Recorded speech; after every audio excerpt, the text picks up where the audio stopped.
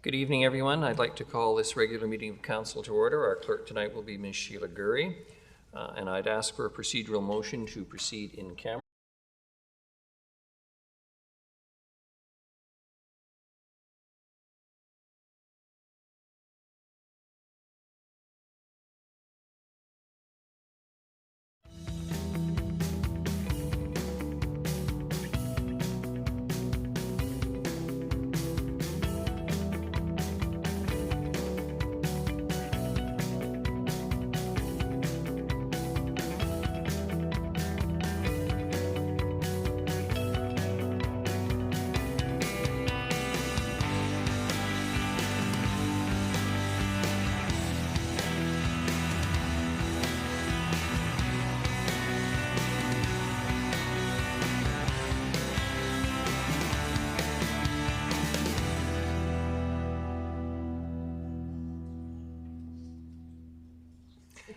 Good evening, everyone. Welcome to the October 3rd regular meeting of Nanaimo City Council. I'd like to first recognize that we are gathered on the traditional territory of the Snuneymuxw First Nation.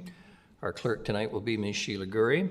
Tonight's regular council meeting will be held in accordance with the Community Charter and Council Procedure Bylaw 2018, number 7272. The question period sign-up sheet is on the table by the double doors to my left for agenda items only. If during the meeting any member of the gallery has a question regarding an agenda item, please write down your name and the agenda item on the sheet. Members have been granted the authority to join meetings electronically, and tonight we are joined by Councillor Jim Turley. And the first item on the agenda is the introduction of late items, Ms. Gurry. We don't have any that I'm aware of. That's correct, Your Worship. Thank you. Motion for adoption of the agenda. Moved Councillor Thorpe, seconded Councillor Bonner. All those in favor? Any opposed? None. Motion carries. Motion for adoption of the minutes is circulated. Moved Councillor Hemmons, seconded Councillor Thorpe. All those in favor? Any opposed? Motion carries. I will be brief tonight. The Mayor's report is really just a request to the good citizens of Nanaimo and a little reminder. October 15th, 2022, eligible voters will be electing 1 mayor and 8 councillors to the City Council, along with 9 school trustees for Nanaimo Ladysmith Public School Board.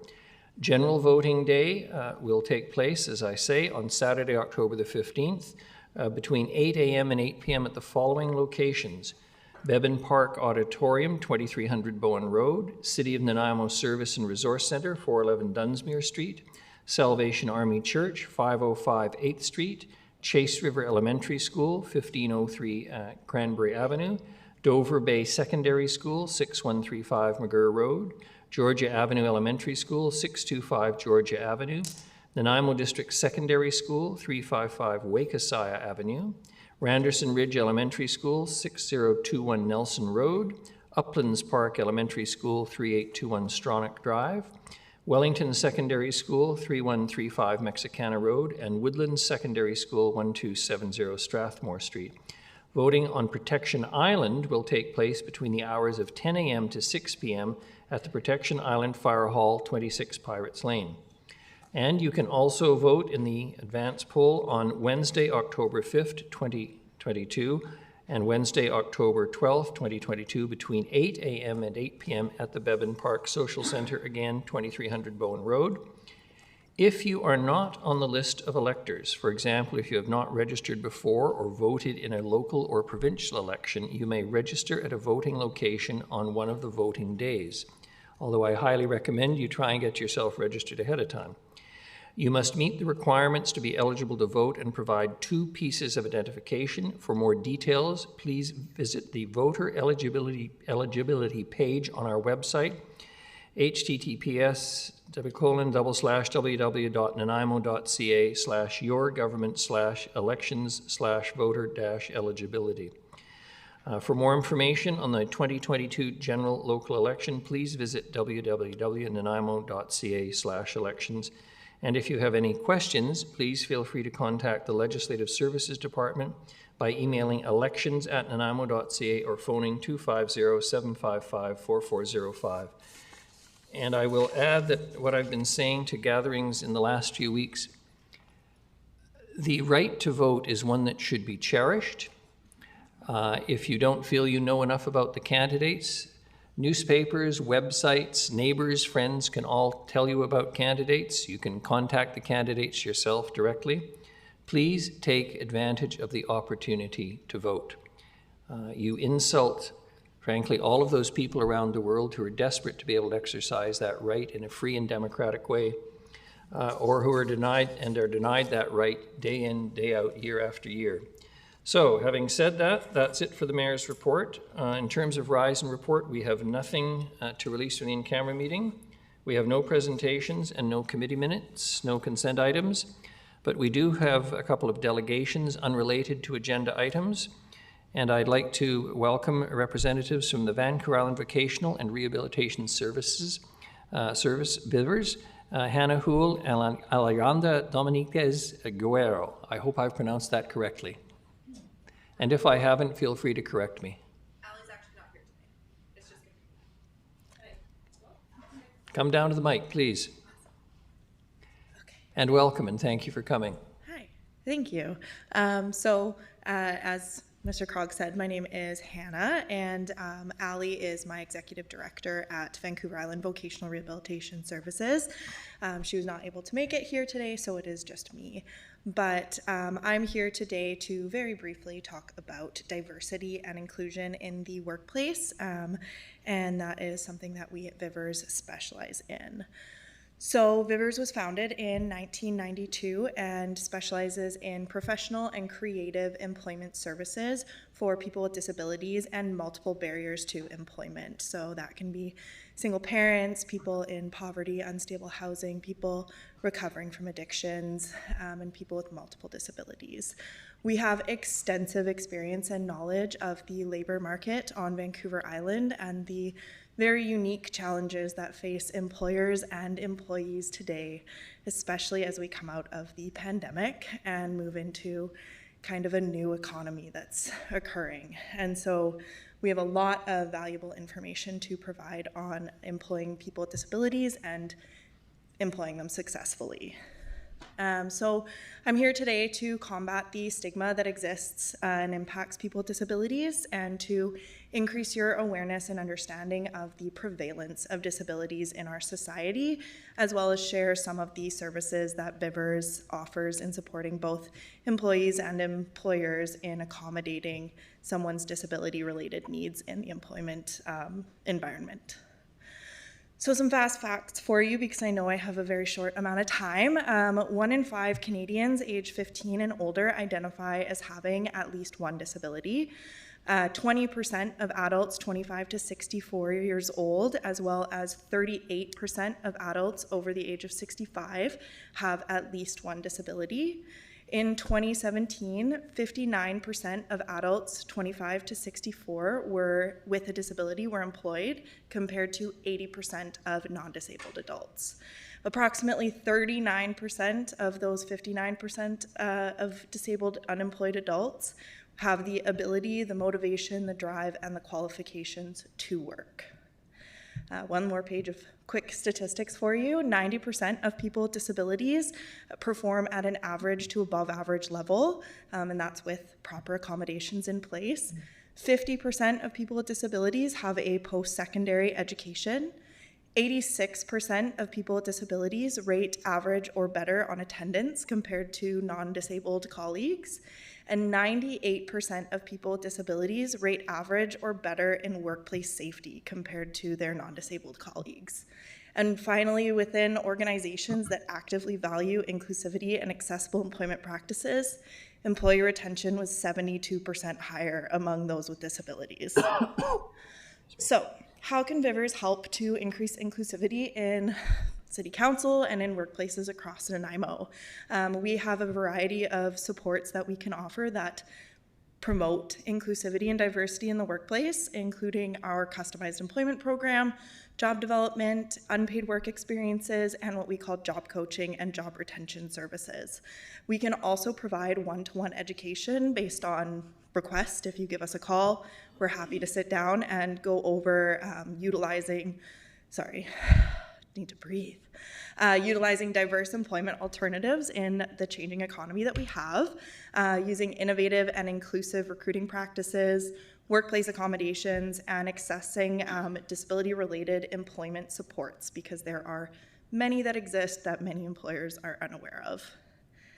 And that is all I have for you guys. If you have any questions, I'm happy to answer some. If there's not time for questions, our contact info is there, and we are more than happy to take some time to sit down with anyone, to talk about employing people with disabilities, or if you have a friend, a neighbor, a cousin, a sister, a brother who is struggling to find employment because of one or more barriers, disability related or not, we are happy to help. And yeah, thank you for your time. Thank you very much. And we have several people to question you, so you can't escape the mic yet. Perfect, yeah. Councillors Thorpe, Armstrong, and Gesselbrock in order, please. Thank you, Your Worship. Through you, thank you very much, Ms. Houle, for your presentation. It's not an organization, I'll confess, that I was aware of or know anything about, so I look forward to learning more. Two questions. First of all, a ballpark figure on the number of clients that you would be serving presently. And secondly, are we talking more about physical disabilities or mental disabilities, or what is included in your term disability? Yeah, so that's a great question. So I just started to try to do the math in my head of how many we each have on our caseload. And to give you a bit of an idea, we have about 12 people on our team, and each of us have anywhere between 25 to 60 clients at a given time. Right now, my caseload is about 54, and we have 5 other case managers, 3 job developers, and some other managers that do part of the case management as well, and they all have roughly between 25 and 50 clients at any given time. We also work through the Work BC Centre. We're subcontractors for them, so we take in a lot of their clients. Regarding disability, that is another part of education that is really huge for us and that I'm happy to provide more education on, but a brief description. Disability is a very broad umbrella term that encompasses physical, mental, developmental, social disabilities that people can either be diagnosed, self-diagnosed, in the process of trying to get a diagnosis. So that can include very obvious physical disabilities, someone in a wheelchair, someone with cerebral palsy, or it can go all the way to anxiety, depression, PTSD, low back injuries, injuries from previous line of work and then returning to a new line of work. That injury disabled them from being able to participate in their previous line of work. We count that as a disability. They're our client. Anyone that indicates some form of their functioning, whether it's physical, mental, emotional, if it impacts their ability to engage in activities of daily living or those instrumental activities of daily living, we take them on as a client and we support them in successfully finding and keeping employment. Oh, that's wonderful. Thank you for the work you do. Yeah, thank you. Thank you, Councillor Thorpe. Councillor Armstrong. Thank you for your presentation. I was just wondering if you do partnerships with people like NYSA and Nanaimo Youth Services agencies? We do partnership with other agencies, but there's certain eligibility and different policies in place. So Work BC has certain services, so we obviously are subcontractors for them. We'll do work with Island Crisis Care Society. We do work with their Project Rise. We partner with Ethos, which is another employment services for inclusive practices.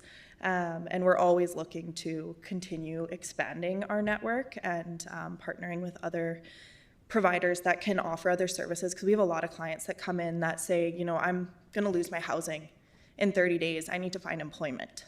And automatically our first priority is let's figure out what your housing is going to be first. And so if we can have a connection to housing, BC Housing, and have a representative that we can connect with to send our clients to help them through that, those are kinds of things that we're definitely looking for as well. Thank you very much. Thank you. Yeah, thank you, Councillor Armstrong. Councillor Gesselbrock, please. Thanks. Yeah, I'll be quick. I just want to say I have a friend that was precariously housed and had a past with drug addiction, and they've been clean for a while, and they'd lost their job and were in a really sticky situation. And I don't know how they came across Vivers, but you folks helped them out tremendously. Got hearing aids for them, hooked up with a job, and probably save this person from ending out in the streets. So it's really invaluable service, especially what we're experiencing right now. So just, a big thank you and appreciate the work that you're doing. Thank you. Thank you. I'm glad that they were able to find support in our services. Thank you. Seeing no further questions, thank you very much. Yeah. Appreciate you coming tonight. Thank you very much. The next is the Island Roots Farmers Market, support for Nanaimo's year-round farmers market. And I have Michelle Green to speak and some others in support, or? Hello, I'm Ben Glasson, and I'll be speaking this evening. Good evening and welcome.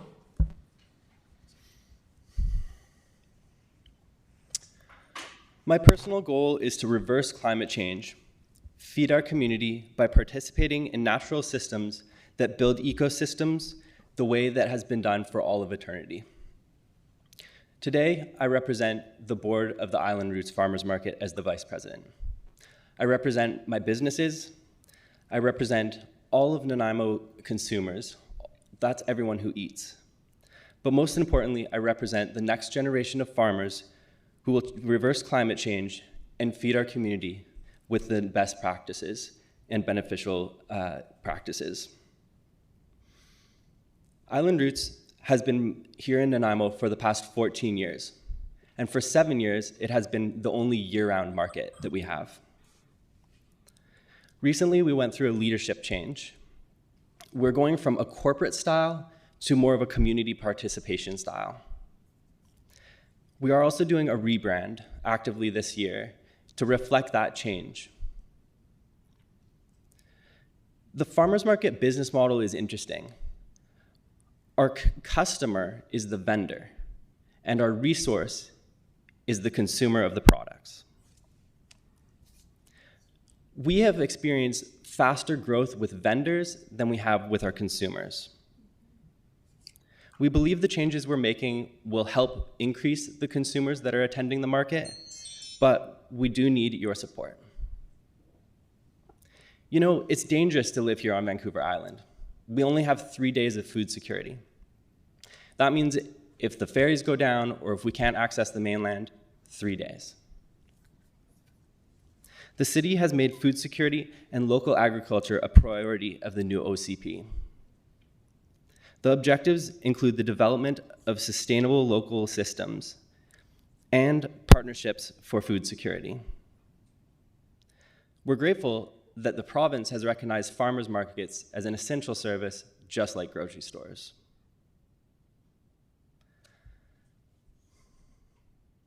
I figure that I produce about 30,000 meals a year this year. Next year, I'll double that, and by 2025, I figure I can double that again. So that would feed Nanaimo for 1 day just with my farm. Island Roots is an incubator for food businesses, ready and waiting for a collapse scenario. Just like the city, it is important to recognize that the Island Roots Farmers Market is a business-focused marketplace. We're building a sustainable economy of small businesses to keep dollars local. In summary, we're looking to partner with the City of Nanaimo to achieve the food security goals of the new OCP. However, when looking at other farmers markets on the Mid-Island, Nanaimo is falling short of the local best practices. Qualicum, which I attend on Saturdays, offers permanent signs, no rental fees, permanent power hookups, and free storage. We are the only Mid-Island market paying for our leased space, with uncertainty whether we'll have that space in the future. Qualicum, Duncan, Arrington, and Cedar make it very well known that they support their local farmers market. At this time, on behalf of the Island Roots Farmers Market and our board and our entire community, we ask for 5 specific things. 1, we ask for permanent signage promoting our market on all main routes of Nanaimo to increase publicity. 2, We ask for a commitment to keep our hours of the market 3 till 6 on Wednesdays. 3, we ask that the Centennial Building be painted, both to make it more inviting and to better represent the market with a sign stating, "This is the home of Nanaimo's year-round farmers market." 4, we ask for contingency plans to be in place in case of circumstances which need the outdoor market to be canceled due to extreme weather or other circumstances, as we saw with the May windstorm and the beginning of COVID. Those were hard for my business. 5, we ask for reduced rent at the Centennial Building. The current rent is prohibitive for our future activities. Thank you. Thank you very much. You're almost dead on the 5 minutes. You must have practiced. Councillors Martman and Brown in order. Questions, please. Thank you. So if I understood you correctly, you're saying that in the other areas like Arrington, Qualicum, etc., that there is no lease, they're not paying any leasing fees whatsoever? As far as I understand, yes. Okay. And in number 4, you talked about a contingency plan. Can you speak more to that? For example, when the windstorm happened in May, the parks were closed down. And because we were under the trees there, yes, that is a legitimate worry. But as we have done in past years, we quickly could have pivoted and moved over to the dirt parking lots. But we were not able to do that because all parks were closed. And so for that day, that was a big hit for my farm. Okay, that makes sense. Thank you. And thank you for this. I'm a big supporter of food security, as most of us are, and we do need to keep the farmers market all year. So, except for there'll be a new council. Thank you. Thank you, Councillor Martman, Councillor Brown, and then Councillor Gesselbrock, please. Thank you, Your Worship. Through you to Mr. Gladson. I'm just curious, in general, what is the sort of main expenses of the market and what's the main revenue? I'm going to bring Bill up to speak to that. If you could introduce yourself for the record, please. My name is Bill Yarborough. I'm the treasurer for Island Roots. To answer your question, sir, our main revenue is the vendor fees that we collect on a weekly basis from the vendors. Our primary expenses, our largest single expense is the rent of the Centennial Building, and the second expense we have is for our market manager, Michelle. Thanks so much. Appreciate it. You're welcome. And Councillor Gesselbrock. Thanks, Your Worship. I'm just curious, the numbers at the farmer market, kind of pre-COVID, during COVID, and now post-COVID, what they've been like, and as if there's been a return to people coming in person from after, as we're leaving COVID. What we're seeing across farmers markets nationwide is that COVID brought new customers to the market. Some of those are being retained, and so we are seeing, but a lot of people are returning to their regular habits. However, some of those people, just like with the new normal, are retaining those habits of getting local food from the farmers market. And just to follow up on that, and I'm understanding that it might be visibility and the marketing of the market that is sort of holding back more customers coming. Are there other things that have been identified of what's getting in the way of it growing, and sort of the vendor growth almost outpacing the consumer? It's definitely primarily an awareness issue. So however we increase awareness, when people say, "Oh, I'm going to the Nanaimo Farmers Market," most people's mind goes to the Cedar Market. And very few people even know that the Bebin Farmers Market exists, and it is every single Wednesday all year round. Great, thank you. Thank you very much. Councillor Bonner. Thank you, Worship. You're looking, number 5 is to reduce the rent. Do you know the rent that you're paying right now for the Centennial Building? Bill can answer this again. Hello. We currently, when we're occupying the building, it's $330 per week. So for 1 day then? Correct. $330 per 1 day. And would you be, I can't obviously speak for staff here, but willing to, signs are expensive. to partner with paying for part of the signs? Could that be an option? I can speak to that.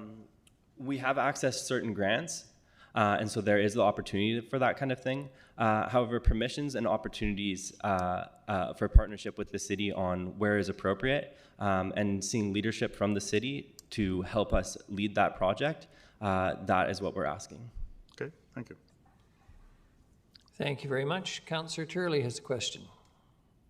Councillor Turley. Yes, thank you, Your Worship. Questions to the delegation.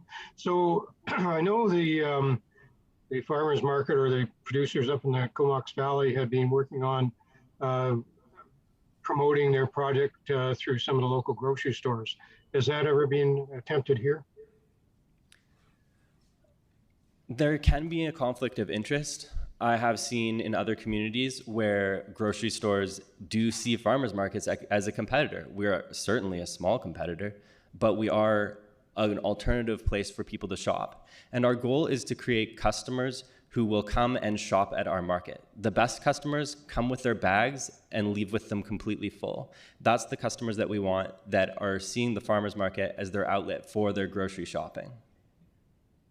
Yeah, that's all fine and dandy. I just have a bit of trouble with the city subsidizing it when the others are paying taxes to have their doors open. So you know where I stand, but unfortunately I won't be here by the time it goes through, so you're lucky. Thank you. Thank you very much, Councillor Turley. Councillor Armstrong. Yeah, just to your date, Wednesday from 3 to 6, is that what you deem to be the best date to hold that, or is that just the only available date you have? Yes, ma'am, that's what we see as most fit, because we do not compete with weekend farmers markets. And it works best with farmer schedules, and it works best with the majority of our consumers. Great, thank you. I'm not seeing any further questions. Thank you very much to all three of you for coming out tonight. Appreciate the presentation. Thank you for your time. Thank you. The next item is reports. The first is property tax exemption bylaw for 2023 property taxes. And Mr. Lindsay, have we got someone on? Ms. Mercer. You're not well and you're still coming in via Zoom. Well, bless you. Thank you, Your Worship.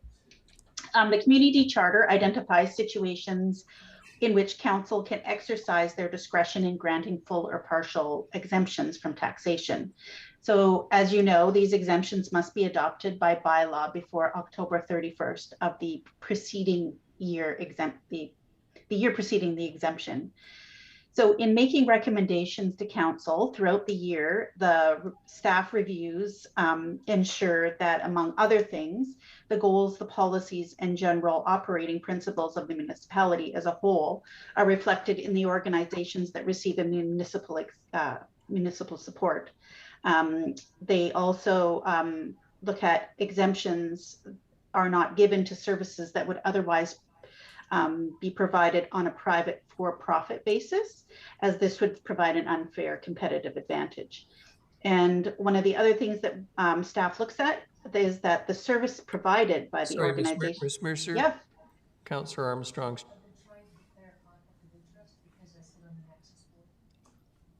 And I sit on one of the other boards. Well, I guess you two are going to absent yourselves, aren't you? Sure. I'm going to absent myself. My apologies. I was so taken with Miss Mercer's devotion to duty coming in, even though she's ill, I didn't notice you. Ms. Mercer, carry on, please. Thank you. So we also look at that the services provided by the organizations should provide benefits and be accessible to all residents of the city of Nanaimo, and in an appropriate age range. The organization's regulations must allow all residents to participate at a reasonable fee. So when all of these are taken into account, in 2022, we added, or council added, 7 properties to the bylaw. The Canadian Mental Health Association Mid-Island branch at 250 Albert Street, Habitat for Humanity, Mid-Vancouver Island Society at 474 Pine Street, the Loaves and Fishes Community Food Bank Society at 1861 East Wellington Road, Makerspace Association, Nanaimo Association at 2221A McGarrigle Road, and the Nanaimo Canadian Amateur Football Association at 6706 Stouffer Road. And the last two that were recently approved were the Nanaimo Hungarian Cultural Society at 4840 Hammond Bay Road, and Nexus Patient and Community Care Society at number 3, 1273 Island Highway South. And we had one property that was removed for the Lighthouse Bible Baptist Church of Nanaimo Society at 520 Prideaux Street, as they no longer occupy this property. So in all, we have 172 properties included in the bylaw, and the approximate value of exemption in 2022 was $2,290,000. So staff are looking for council to give the first 3 readings to the bylaw tonight. Thank you very much, Ms. Mercer. I'm not seeing any hands up for question. Councillor Hemmens, then, if you wish to read the motion, please. Thank you, Your Worship. I would move that Property Tax Exemption Bylaw 2022 number 7358, a bylaw to exempt certain land and buildings from taxation, pass first reading. Seconded, Councillor Thorpe. All those in favor? Any opposed? None. Councillor Hemmens.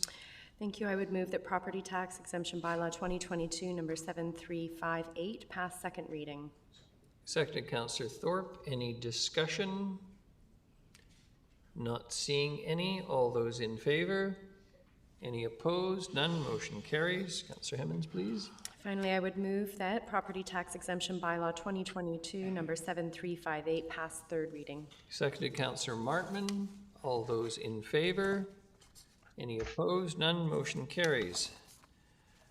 The next report is the proposed telecommunications tower, 2365 Northfield Road, and Mr. Lindsay, you're going to introduce that. Thank you. Thank you, Worship. Good evening, Council.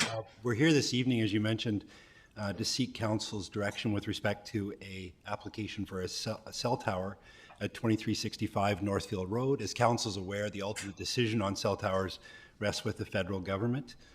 Specifically through Science and Economic Development Canada, but there is an opportunity for local government to provide input. So the options available to council are to generally provide concurrence, to provide direction of non-concurrence with rationale for why the city would not support the application, or finally to provide no comment. In this case, Your Worship, the applicants have followed in the federal standards for notification, and that's resulted in no feedback from the community regarding these applications. And as such, staff are recommending that council provide a letter of concurrence. Thank you very much. I'm not seeing any questions for Mr. Lindsay. Councillor. Seconded. Councillor Bonner tonight. We'll let it go instead of Councillor Brown. Any discussion? Seeing none, all those in favor? Any opposed? None. Motion carries. Thank you. The next is illegal construction -5 Durham Street. Mr. Lindsay, please. Thank you, Your Worship. We're before you this evening to seek council support with respect to a remedial action order for construction that has occurred without a building permit on the subject property at 5 Durham Street. Council has previously gave direction to register a notice on the title for illegal construction. Staff have been working with the property owner for approximately the last 2 years in an attempt to get a complete building permit in. Unfortunately, at this time, we have not received what we would deem to be a complete application, and we're recommending that council proceed with the remedial action order. Now, under the community charter, Your Worship, if council proceeds with this, the owner is given the opportunity to appeal that decision, at which point, if that appeal is made, we would come back to council for final determination. So this is, in some sense, the first step under the remedial action process. Happy to take any questions. Thank you very much. I'm not seeing any questions. Councillor Hemmens has moved the recommended motion, seconded by Councillor Thorpe. Any discussion? Seeing none, thank all those in favor. Any opposed? None. Motion carries. Thank you. The next is the Community Heritage Register update. Mr. Lindsay, you're going to pass this over to Mr. Schulberg, I assume? We can do that right away. Thank you, Your Worship. Thank you so much, Mr. Schulberg. Welcome. Always a pleasure to have you in front of council.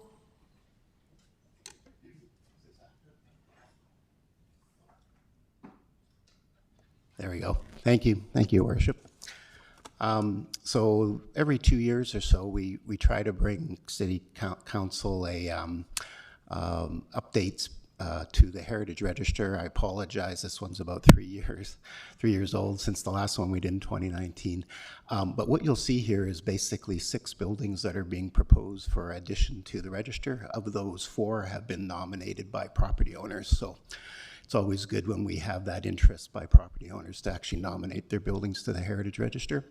And of course, we also have one removal, which is the Franklin Street Gymnasium. And then there was a series of minor text and photo edits that have been made. We just take this opportunity to do those updates to the Heritage Register document as well. I don't know if there would be any questions related to any of this, but that in a nutshell is what is before you, an update to the Heritage Register document. Thank you very much, Mr. Schulberg. And for those folks who weren't paying attention in the last 2 years, the reason the Franklin Street Gym is being removed from the register is because of the significant fire damage. A blow to the memories of Councillors Thorpe and myself and others who happily played badminton and various other sports over the years in that facility. Any questions, Councillor Hemmens? You want to make the motion, or you have a question? I have a question. Please. If I might. Mr. Schulberg, I was really curious to see the maternity home. Yes. And also so Nurse McCree delivered hundreds of babies born from 1929 to 1947. Do we know anything about her? I actually don't have a lot of background on her itself, but this is a unique building in that it did actually serve that purpose for a number of decades. In association with the old hospital that was up on the hill there. So it's very interesting. That's one of the primary reasons it had a passing score under the review process, was because of the cultural connection with the medical health system of that early 1900s and that particular service it offered to the community. Amazing. So I just want to point out in history, that's the time that women were kind of going into the hospitals to have their babies, kind of not. And so I think this is a really interesting piece of history. We had a hospital right up the road, and this was a small, a little institution that women chose to have their babies in. Thank you. This is interesting. And Councillor Bonner. Thank you, Your Worship. It's a shame that it's so many buildings that we're putting on this. I thought we could add Councillor Turley onto the list as well. It's a heritage. Thank you, Councillor Bonner.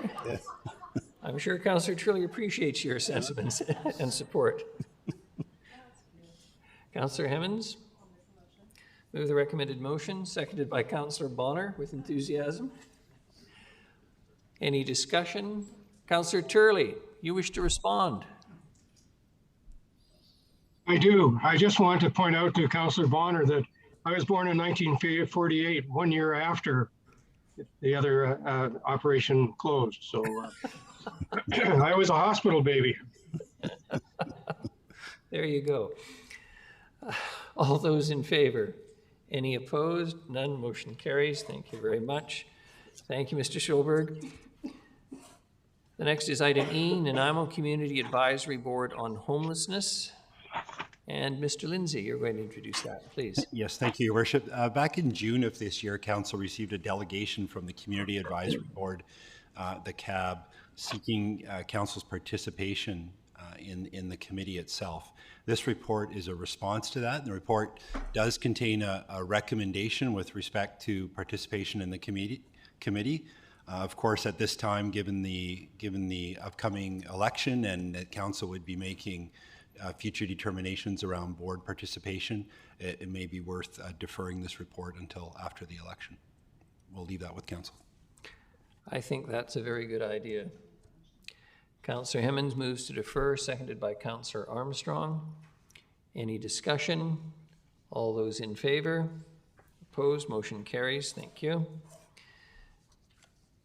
The next is item F, Housing Agreement Application Number HA9-3059 Glen Eagle Crescent. And again, Mr. Lindsay, please. Thank you, Worship. I'm going to ask Mr. Holm to introduce this item.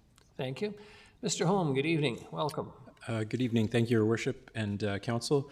This item is a bylaw that would authorize the city to enter into a housing agreement for this property for the purpose of allowing for a residential shelter. A residential shelter is actually a use that's permitted in all zones in the city where residential use is permitted. It's a very defined and limited term in the bylaw. I'll explain a little bit, but a condition of that use is that a housing agreement be entered into for the property that would basically provide for a set of management standards to apply to the facility, and would actually be registered as a notice on title along with a covenant. And a residential shelter, so I mentioned it's a limited use. It's consistent with residential use generally, and actually there's many of these types of facilities in the community that that operate and provide great services that are quietly taking place in neighborhoods, and they're well run and well received and serve a great purpose in the community. Generally, residential shelter is occurring in a single family dwelling, and it's generally providing, there's a couple different provisions in the definition in the bylaw. They're either providing emergency and support services for persons leaving abusive relationships. That's the one form that they generally take, or the other, and in this case, it's the case with this property, they're providing support services for people leaving or during the immediate post-acute phase of recovery from drug and alcohol dependency or addiction, so post-treatment recovery, which is obviously a very important service. And this bylaw put before you, if council were to support, would allow the city to enter into a housing agreement to support that use on that property. Happy to take any questions. Just wanted to provide a brief bit of context there. Thank you. Thank you very much, Mr. Holm. Councillor Armstrong, and then Councillor Hemmens, please. Thank you. The one question I had was, would there be a good neighborhood agreement attached to this if there's a neighborhood association, so that if there are issues, it can start at that level? Thank you, through your worship, to Councillor Armstrong. So the housing agreement actually sets out sort of parameters, management standards that would be expected of the property owner. And failing that, actually, the housing agreement, if there were issues that came up through operation of the facility, one of the provisions in the housing agreement is to look at negotiating a good neighbor agreement, which would address any specific issues that might come up. So it would be premature to assume, we assume that the facilities are going to operate to a high standard and consistent with the housing agreement, and that there wouldn't be any specific issues to address. But if specific issues do come up through the course of operation, the housing agreement anticipates that another approach, a second phase approach, would be to consider addressing specific issues through a good neighbor agreement.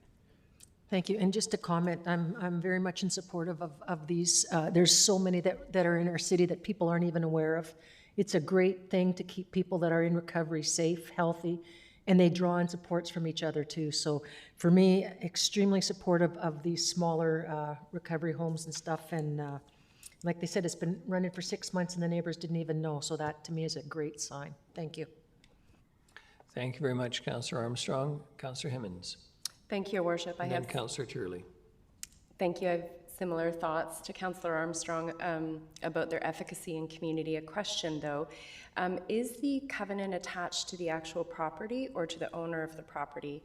And the reason I ask is that the neighbors are asking, is this going to be this designation in perpetuity now, or would it ever revert back to being a family home? Thank you, and through your worship, to Councillor Hemmens. So there's two parts to that. So yes, it will be attached. It will be attached to the title to the property. There'll be a notice registered, and there will be a covenant component to it also registered on title, but it won't reside in perpetuity.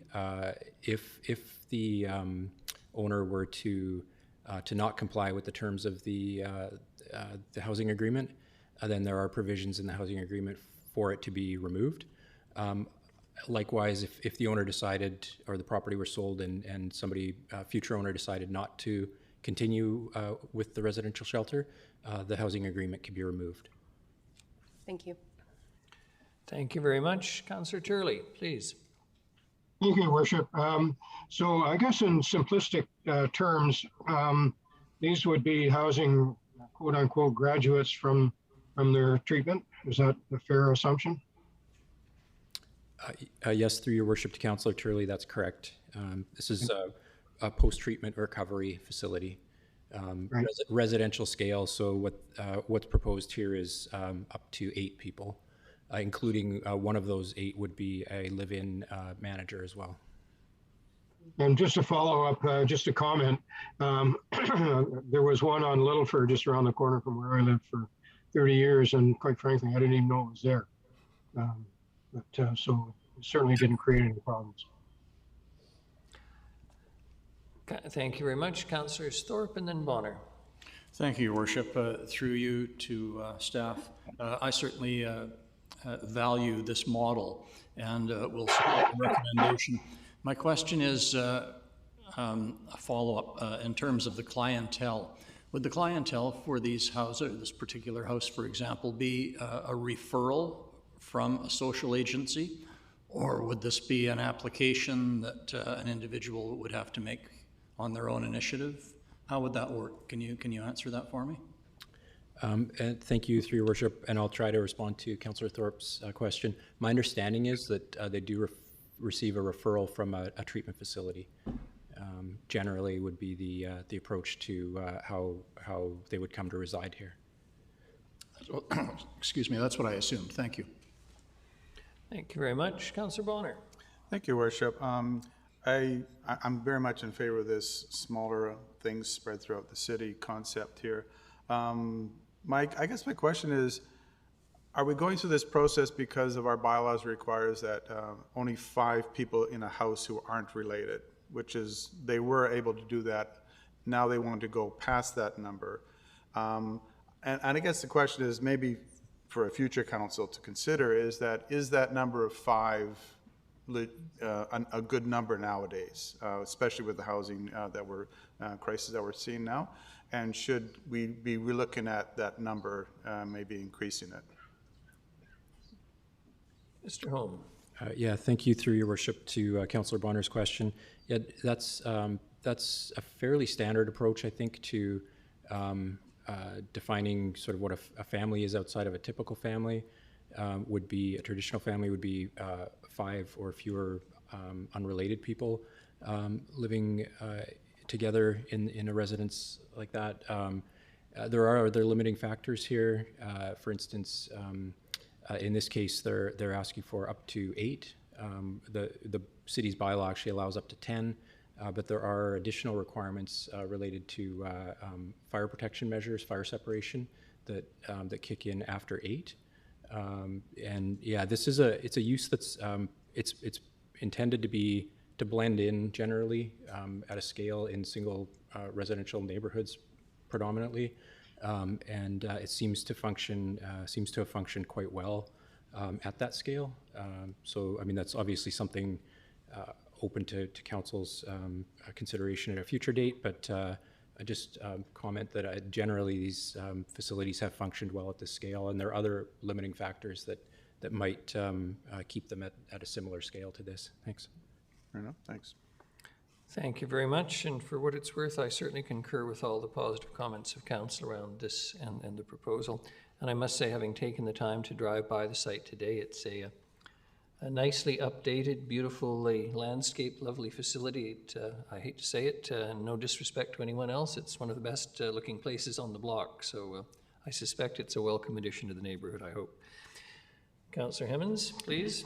Thank you. I would move that Housing Agreement Bylaw 2022 number 7357 to secure the terms and conditions of occupancy for a residential shelter at 3059 Glen Eagle Crescent pass first reading. Seconded, Councillor Martman. All those in favor? Any opposed? None. Motion carries. Councillor Hemmens. I would move that Housing Agreement Bylaw 2022 number 7357 pass second reading. Seconded, Councillor Bonner. Any discussion?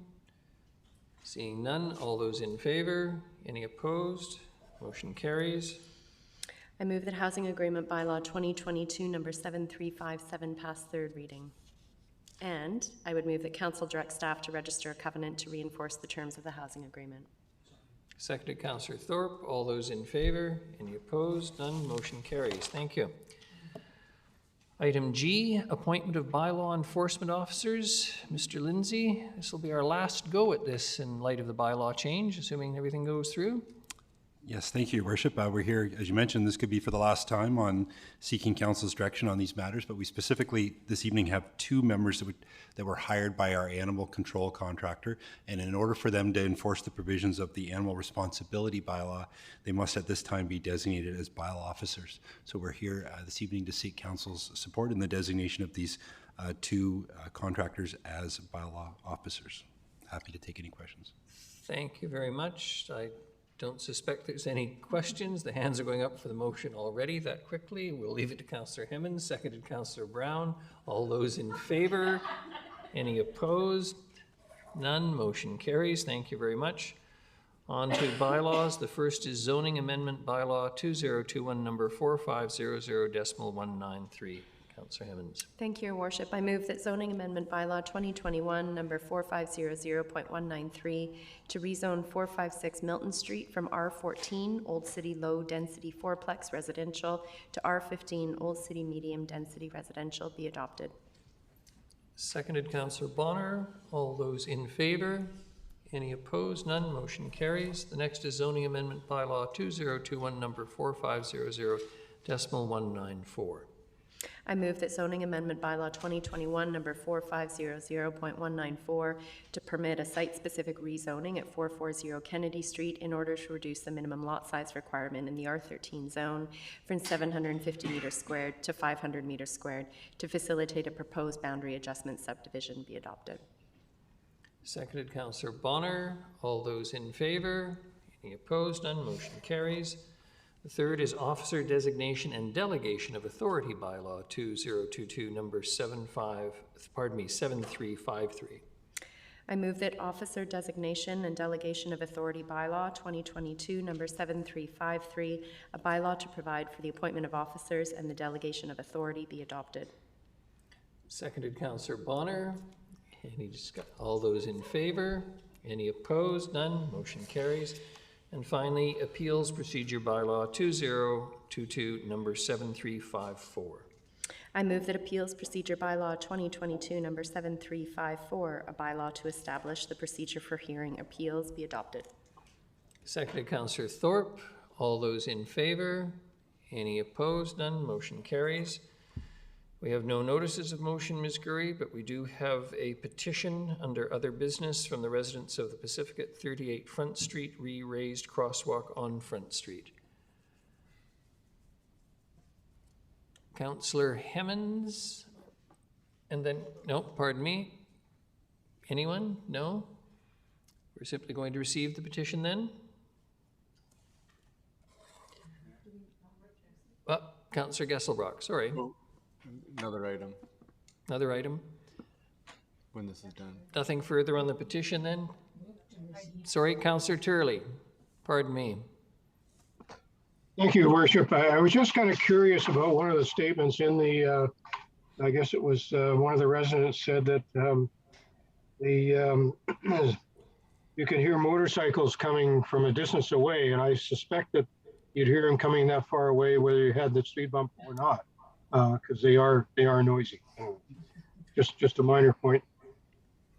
Thank you very much. Councillor Armstrong on this item? Yeah, I don't know if maybe Mr. Sims can answer or not. Let's wait till he comes up. Perhaps we can give Mr. Sims a minute to get to a mic. Councillor Armstrong. Having read the concerns and reading the emails as they come in around this, I think there are some legitimate points. Does Mr. Sims have any comment about, is it the style of the thing that's increasing the noise? Like, should it be narrower, or is there anything you can comment on, please? Your Worship, I think, based on anecdotal information, this is similar to a stop sign or an intersection where somebody would slow down and then accelerate away from the intersection. And that, other than that, I would say that there's probably not a noticeable shift in noise from a speed ramp that versus or a speed hump, pardon me, as opposed to a regular stop sign. So it'd be fair to say it's just inconsiderate people doing their squealing and their There- stuff, which is not going to change if it's a speed hump versus a speed bump. Correct. Thank you. Thank you very much. If nothing further, Councillor Gesselbrock, please. Thank you, Worship. Just in response to the earlier delegation from the Islands Roots, I'd like to move that staff provide a report to the Finance and Audit on how the city can increase support for the Island Roots Farmers Market. Seconded Councillor Hemmons. Any discussion? Not seeing any. All those in favor? Any contrary? None. Motion carries. Thank you very much. Your worship, I just want to confirm, I think Councillor Turley was opposed to. Councillor Turley, you were opposed? Thank you. The next is question period, agenda items only. Do we have any questions? No, your worship, there was no questions. Councillor Martman moves for adjournment. Councillor Hemmons seconds. All those in favor? Any opposed? None. Motion carries. Thank you very much, everyone.